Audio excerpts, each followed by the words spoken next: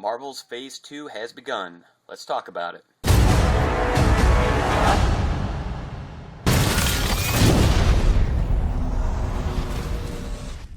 So Iron Man 3 has high expectations and big shoes to fill following the Avengers. Does it live up to the hype? Maybe. Iron Man 3 shows Tony Stark after the events in the Avengers trying to get his life back together. He's having a hard time sleeping and coping with what happened in New York, so he just buries away his emotions and hides himself in his work. It's really nice how they handle this because throughout the movie, New York is mentioned and it's not left forgotten. In the meantime, the country has been under attack from a new terrorist, the Mandarin. The Mandarin has been successful in carrying out a series of bombings, and after things become personal, Tony finds himself wrapped up in the mix and needing to save the day once again. And Tony absolutely gets pushed to his limits in this movie. He literally loses everything. His cars, his home, his Iron Man suits, which you see it all in the trailer, and it leaves Tony stranded and forced to use his real weapon, which is his intelligence.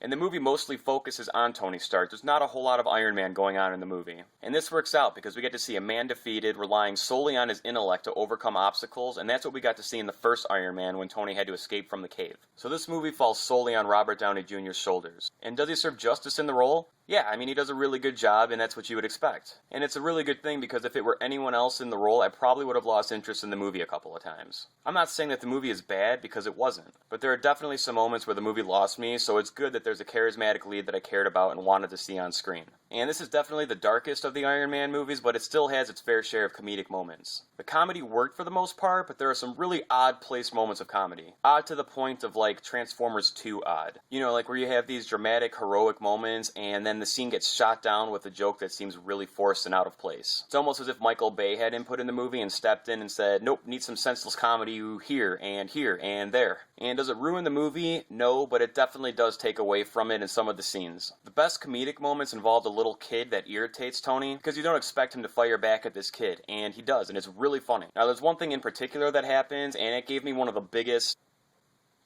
moments of my life. I'm not going to spoil anything, but this is definitely going to divide audiences without a doubt. You're going to have a group of people that will roll with it because it is a very interesting plot point, but then you're going to have the group of people that are going to sit there and say, no, screw that. Personally, I hated it, and it took me out of the movie. I was on board with where the movie went following it, but it did sit on my head until the end. And the action sequences, especially the final battle, were really good and really entertaining. They do go over the top with some things, and I get that this is a post-Avengers world now, but I think they could have held back a little bit. So following the Avengers and things that I was looking forward to, I was left a little underwhelmed, but that's not to say that Iron Man 3 is a well-made, entertaining movie and a solid entry to the franchise. Unlike the first Iron Man, which I could watch at any given time, it's nothing that I'm going to rush to see again, and I probably won't revisit it until I have an Iron Man-a-thon. So have you seen Iron Man 3 yet? If you did, leave a comment, let me know what you thought about it. If you liked this video, please give it a thumbs up and make sure to hit that subscribe button. Thank you guys for watching.